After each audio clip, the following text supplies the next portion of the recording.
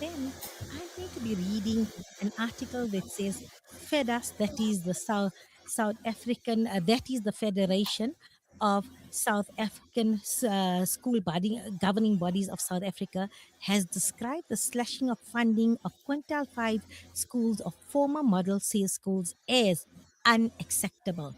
This is after the Gauteng Education Department decided to cut funding to these schools from next month. The Federation in Gauteng says the perception that learners from these schools can afford higher costs is misleading. The concern is based on two reasons. First, the timing when the budget allocation was changed.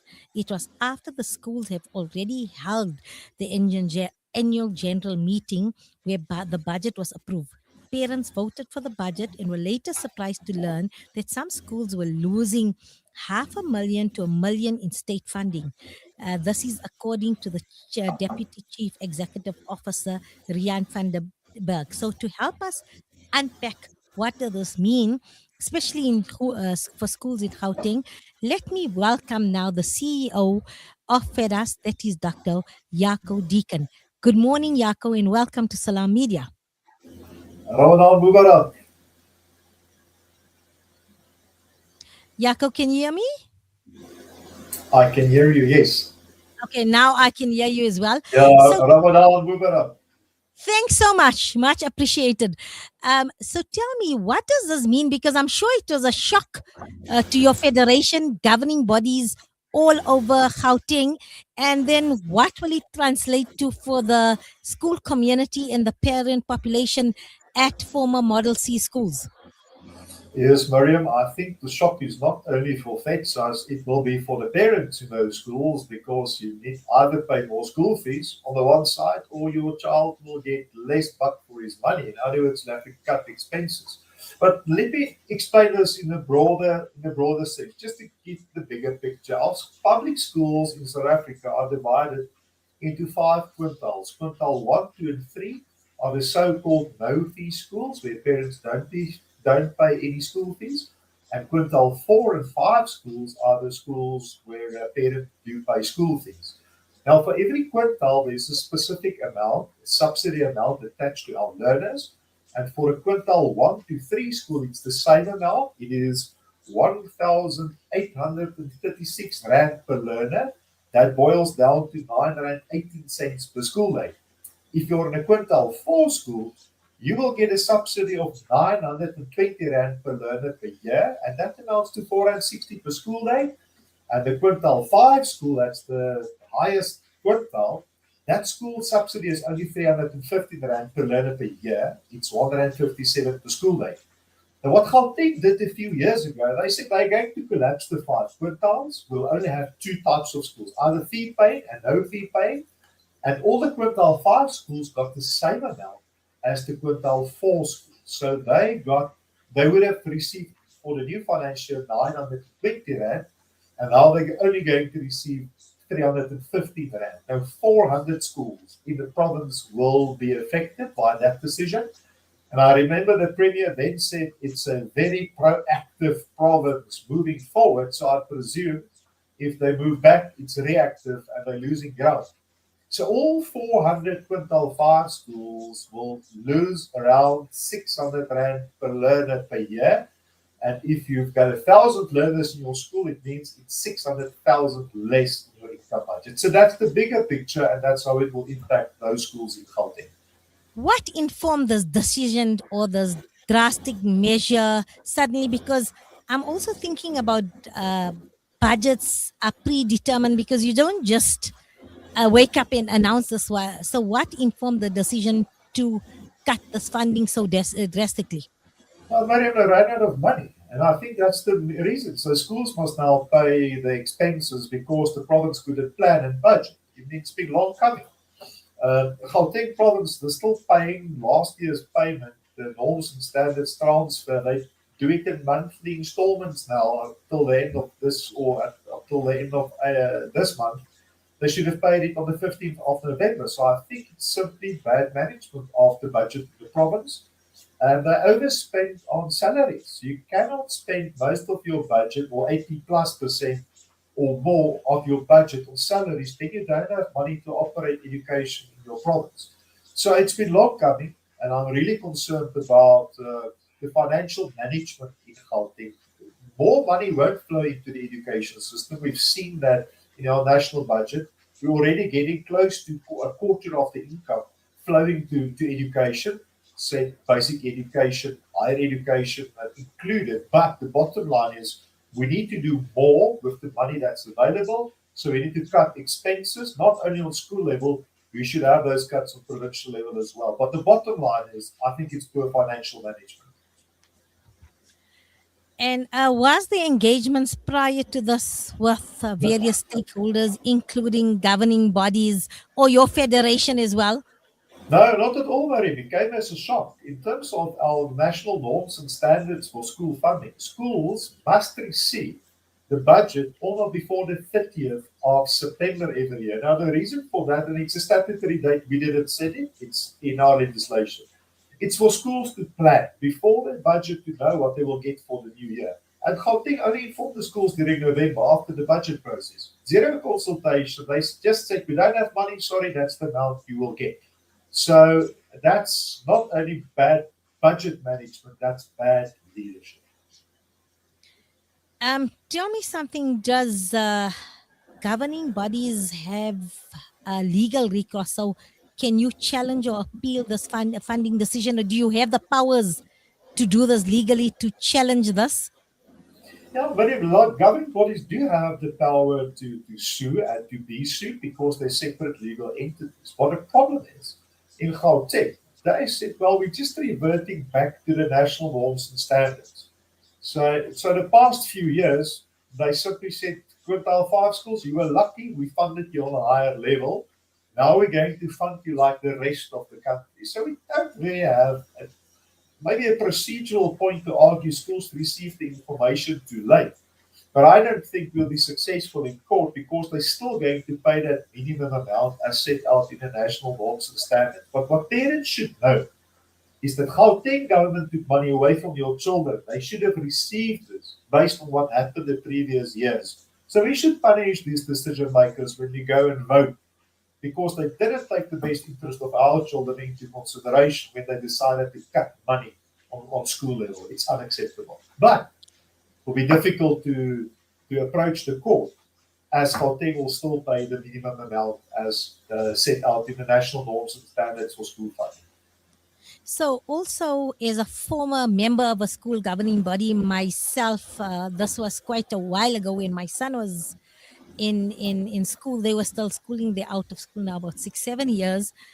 Um, for me, I'm shocked that the department still thinks that Quintile 5 schools only have uh, children whose parents are in a good economic bracket or financially stable. And that because I know, sitting as a member of a governing body, we were faced with so many parents who couldn't afford school fees, and they met the criteria because, as you know, the department set out criteria when you, if you cannot afford school fees, you get partial exemption and full exemption. So um, for me, it's misled, or there's misbelief or incorrect notion that every parent whose child attends a Quintile 5 school actually pays the school fees or can afford the payment, because sometimes you're sitting with 20 or 30% of the learners whose parents cannot afford this, and then the rest of the school community subsidizes. You know what it is like. I've been there, you there. So thus saying that the Quintile 5 schools are schools that are better financially resourced and parents can afford to pay is in essence not factual. Can you Yeah, comment on Miriam. Yeah, Miriam, you're absolutely correct. Number one, thank you for serving in the governing body. I think it's one of the biggest privileges of a parent to serve a school and a school community in that way. But since you vacated your office as an SGB member, schools are suffering even more. So the school, the quintile, 30 years ago, they decided on quintiles based on where the school was situated. So 30 odd years ago, we didn't bus learners. So you can have a school in an affluent area with a very poor school community. So we experienced, even in our Quintile 4, Quintile 5 schools, that up to 30 or even 50% of the parents can either not pay the school fees or get exemption, or it's bad debt in a school. So those schools will be enormously affected by this budget cut. And the problem is, even in those schools where they can afford to operate and still have those exemptions, the burden, the financial burden, will simply fall onto the parents who can pay to pay more. And that's not sustainable on the long run. So we need to rethink the whole model of funding of education and the post-provisioning. And the whole quintile system is absolutely outdated. We should have two types of schools, your fee-paying school and your no-fee schools. And Gauteng led the way, and then they got lost somewhere. Dr. Jaco, we'd like to take a short break, but I'd like to still discuss a few aspects on this topic. So if you can just bear with us, and we'll see you after the break.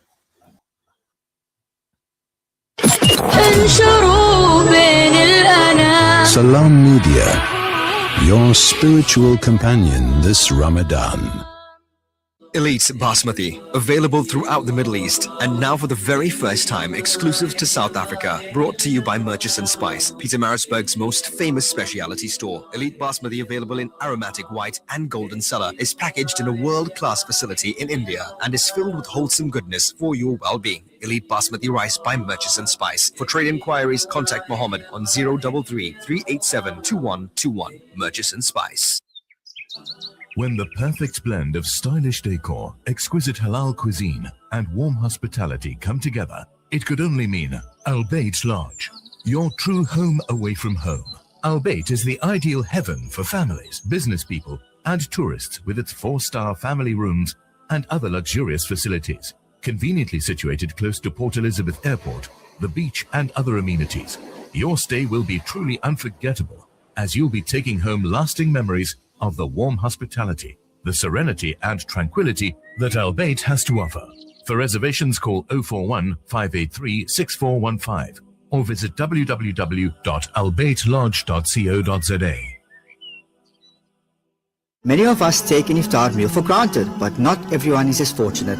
This Ramadan, the Islamic Dawah movement will provide meals to thousands of Muslims from disadvantaged areas, as it has been doing for over 20 years, but they need your help. A donation of 30 Rand provides an iftar meal for a fasting person. Become an IDM sponsor and earn Sadaqah Jariyah. Zakat, Fitra, Kafara, and Fidya contributions are all welcome. Call IDM on 031 304 6883 or visit idmsa.org to donate. IDM, taking Islam to as many hearts and homes as possible. Yasin Badat Financial Advisory. Are your financial goals feeling out of reach?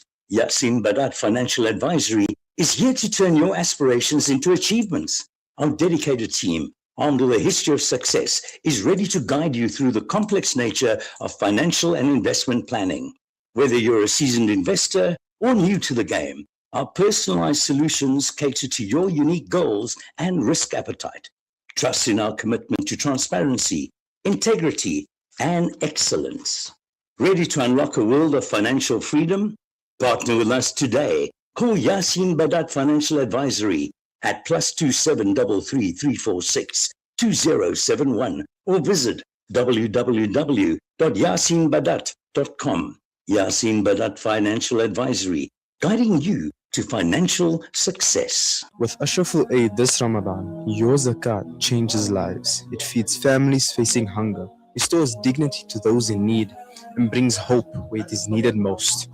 From food relief to essential support, your zakah reaches communities with care, transparency, and impact. Give with confidence, give with trust. Make your zakah count this Ramadan. Give your zakah to Ashraful Aid and help change lives today. Hey Gulam. Yeah? Did I return your lawnmower last month? No, bhai, you didn't. Oh no. Now what'll I do? I wanted to borrow it again, man. With Rendry Jewelers, you won't have to borrow or lend because the prices are so well trimmed on all gold and diamond jewelry. Alternatively, we could remake your old jewelry into a brilliant new design. Visit Rendry Jewelers at 151 Stevens Lamini Road, Musgrave, Durban. Rendry Jewelers, the family name you can trust. You are listening to Salam Media live from our headquarters in South Africa. This is Salam Media, keeping you company this Ramadan.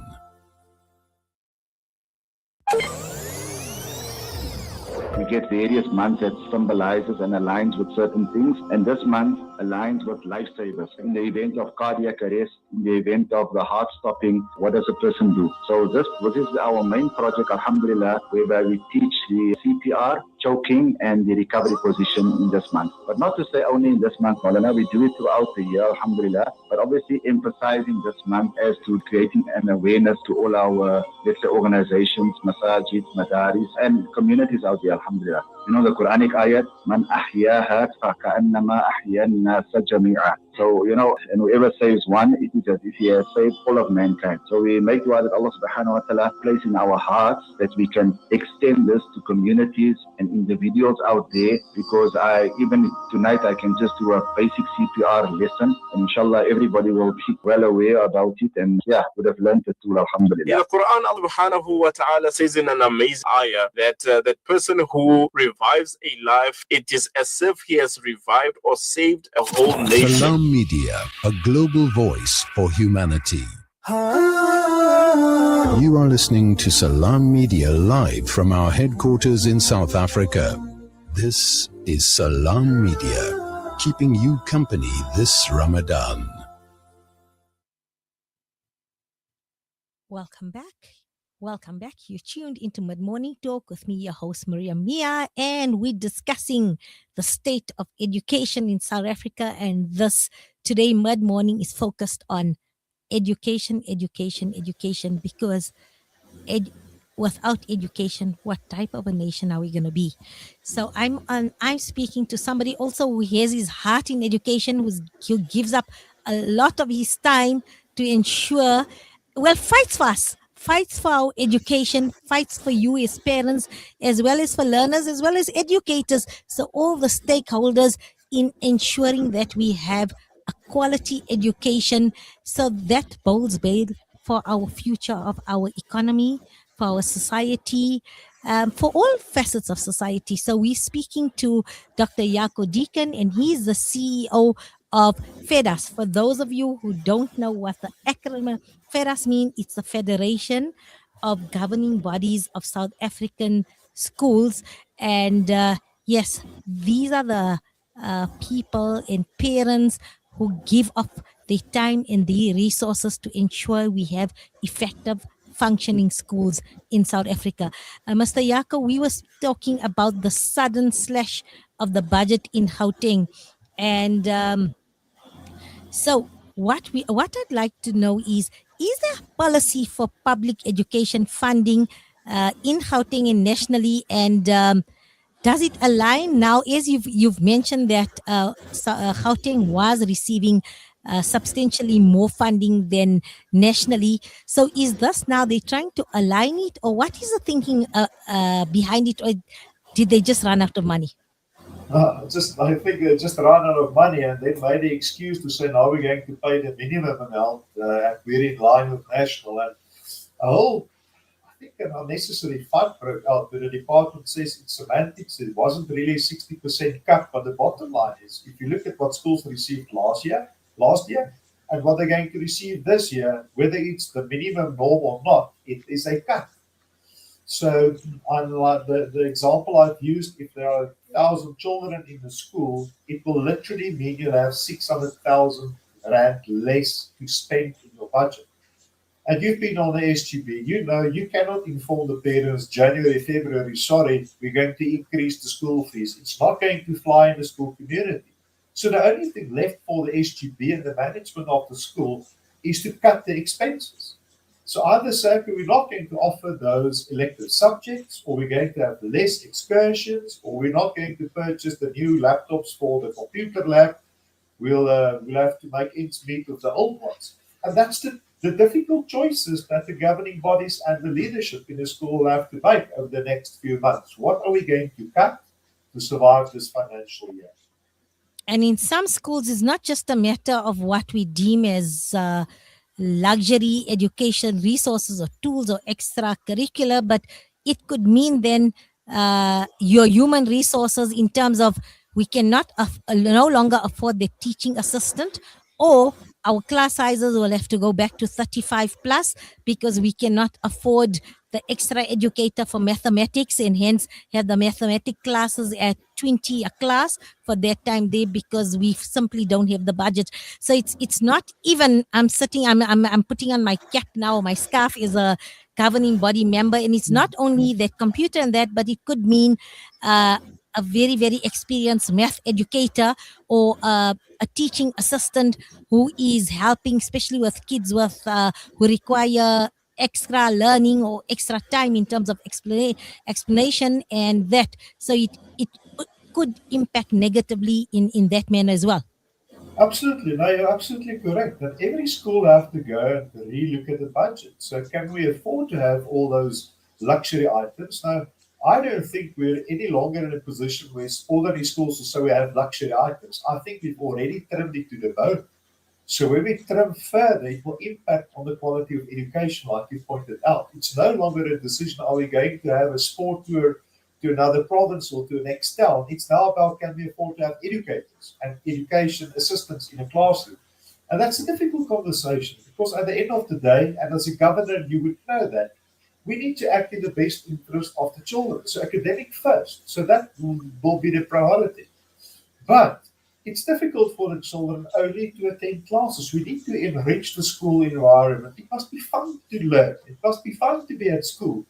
And unfortunately, when you start to cut the budget, you're going to cut some of the fun activities as well. And that's most unfortunate. I don't think the officials sitting in our offices realize what's happening on school level. It's easy to use the pen on an Excel spreadsheet to say, let's just take 600 Rand away from learners. The schools will manage. They will struggle, and you know that. And this all comes on the back that, especially in Gauteng, and I think Western Cape, and this would be true for the other provinces as well, there are still several thousand learners that need to be placed in schools as we speak, especially in grade 1, in grade 8, but also in grade 11. I had a case where I was asked to personally intervene for a parent. The only crime was they relocated from KZN to Gauteng, and they moved literally 100 meters from the school. The school is 100 meters from their home, and in grade 11 there is no space to accommodate this learner. And I mean, this learner is one of thousands who have not yet been placed, and now the department just tells you there's no space. You go to the department and they tell you you need to find alternates or look for a private school because we don't have any space. So in terms of their placement, they don't even have capacity in that regard as well. Well, you're absolutely correct. It's terrible if you move from another province to Gauteng and you do have children, especially if it's not the entry grades. We haven't spoken about grade R yet. We need to talk about it as well. But I'm looking at the numbers now. Gauteng, we know there's been an influx of people in the province for a very long period. Gauteng and the Western Cape, due to financial reasons and economic opportunities, people move from other provinces to the Western Cape and to Gauteng. Now, the Premier has been very vocal about the building project in Gauteng, building more schools. But in reality, I'm looking at the numbers now. The latest data released by the province is they've got 2,063 public schools in the province. Last year, or just a year ago, they had 2,068. So there are 5 less schools in Gauteng going into the new year. They've closed some schools. Why? We need more capacity. And if I look at the influx of learners and on our own Fedsas data, the average size of a school in Gauteng is more than double that of an average public school in the 8 other provinces. It shows you something about the inability of your MEC in the province to foresee what's going to happen and build schools. Now, it's not only Mr. Chiriane's responsibility, all the MECs before him didn't do their part as well. And if I look at a list of names, those are senior politicians. Mr. Mulasufi, Mary Metcalf, Barbara Creasy, Angie Mosega, name them. They were MECs and they didn't build enough schools. So all of them are to blame, and the golden thread, it's a specific political party, didn't do proper planning. So it's not only about finances. There's money allocated not only for subsidies for learners, but for infrastructure. And I know Gauteng is one of the provinces with the ability and capability to develop infrastructure in a very short space of time. We've seen that with the Soccer World Cup. We do have the ability to start with massive infrastructure projects, and we should use that skills and the money to build schools. But I don't see the political will or leadership to drive that process. We don't need one or two schools per year. We need 100 schools per year, sustained for a 5-year period to make provision, not only for our grade 1s and the grade 8s. We need to bring in all the grade R learners. It's compulsory schooling now. And like you've pointed out, we do see migration of learners from other provinces. What about a grade 4 child moving from another province? Grade 11 child. So we need to make provision for that as well. And therefore, you need good planning, but strong leadership. And there's a total lack of it in Gauteng. I'd like to engage you on the grade R because as an early childhood development specialist myself, this is very, very close to me, and in ECD I'm passionate about, as well as grade R, bring that entry and the capacity, as well as the training of educators, grade R educators and foundation educators. So I'd like to do this. I know it seems all doom and gloom, but I feel we have very good stakeholders, parent stakeholders who have vested interest in our schools, and as all governing body members have been working behind the scenes tirelessly to ensure quality teaching and learning. I know we're very industrious in South Africa, and we make plans and we make things work. So I'm sure it's not all doom and gloom, because you're going to take the fight to all the authorities, and we're going to make sure that we have fully functioning effective schools where we have quality teaching and learning. So thank you for your time, and I'd like to acknowledge every stakeholder and every parent who gives up their time in the evenings, during the day from work as well, to focus on ensuring that their school community functions optimally. Thanks so much for your time, Dr. Jaco Deacon. He's the CEO of Fedsas. And we're going to continue with our education discussion after the break, where we're going to be focusing on homeschooling. So please stay tuned. Thanks. Ramadan Kareem.